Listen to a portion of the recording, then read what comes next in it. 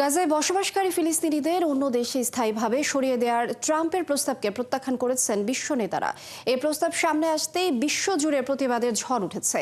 ট্রাম্পের পরিকল্পনার তীব্র নিন্দা জানিয়েছে সৌদি আরব, চীন, রাশিয়া, তুরস্ক সহ বিভিন্ন দেশ ও সংগঠন। তারা বলছে এই পরিকল্পনা সরাসরি আন্তর্জাতিক আইনের লঙ্ঘন। আরও জানাচ্ছেন মাহফুজুর রহমান। গাজা দখলে ট্রাম্পের পরিকল্পনাকে রীতিমতো বর্ণবাদী বলে আখ্যা দিয়েছে হামাস।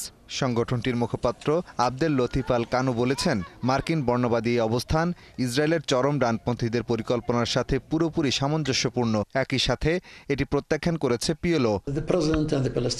গাজা ফিলিস্তিনের ভূমি, এটি আন্তর্জাতিক আইনে স্বীকৃত। আমাদের মাতৃভূমি থেকে সরিয়ে দেওয়ার সব পরিকল্পনা দৃঢ়ভাবে প্রত্যাখ্যান করছি। এ বিষয়ে আমরা সবাই অনড় অবস্থানে। ফিলিস্তিনের ভূখণ্ডে ইসরায়েলি অথবা মার্কিনী কোনো দখলদারিত্বই মেনে নেওয়া হবে না। ট্রাম্পের পরিকল্পনাকে সরাসরি প্রত্যাখ্যান করেছে সৌদি আরবও। দেশটির পররাষ্ট্র মন্ত্রণালয় জানিয়েছে, ফিলিস্তিন ইস্যুতে রিয়াদের অবস্থান অপরিবর্তনীয় এবং আলোচনার অযোগ্য।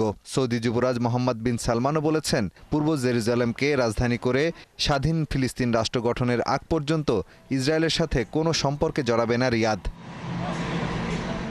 ট্রাম্পের পরিকল্পনাকে অগ্রহণযোগ্য বলেছে তুরস্কও। তারা বলছে, এ ধরনের পরিকল্পনা অসম্ভব এবং এটি আরও সংঘাতের জন্ম দেবে। তুরস্কের সাথে একই সুরে কথা বলেছে মিশরও।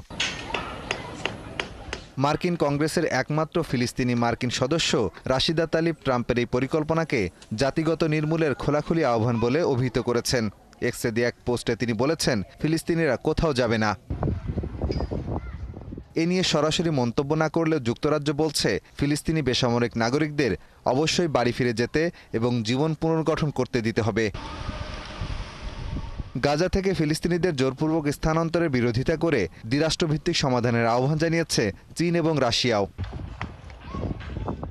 এছাড়া স্পেন, আয়ারল্যান্ড, স্কটল্যান্ডও এই পরিকল্পনার তীব্র নিন্দা জানিয়েছে। তারা বলছে, গাজায় জাতিগত নির্মূলের কোনো সুযোগ নেই, এটি আন্তর্জাতিক আইনের লঙ্ঘন এবং মধ্যপ্রাচ্যের স্থিতিশীলতাকে বিপন্ন করবে।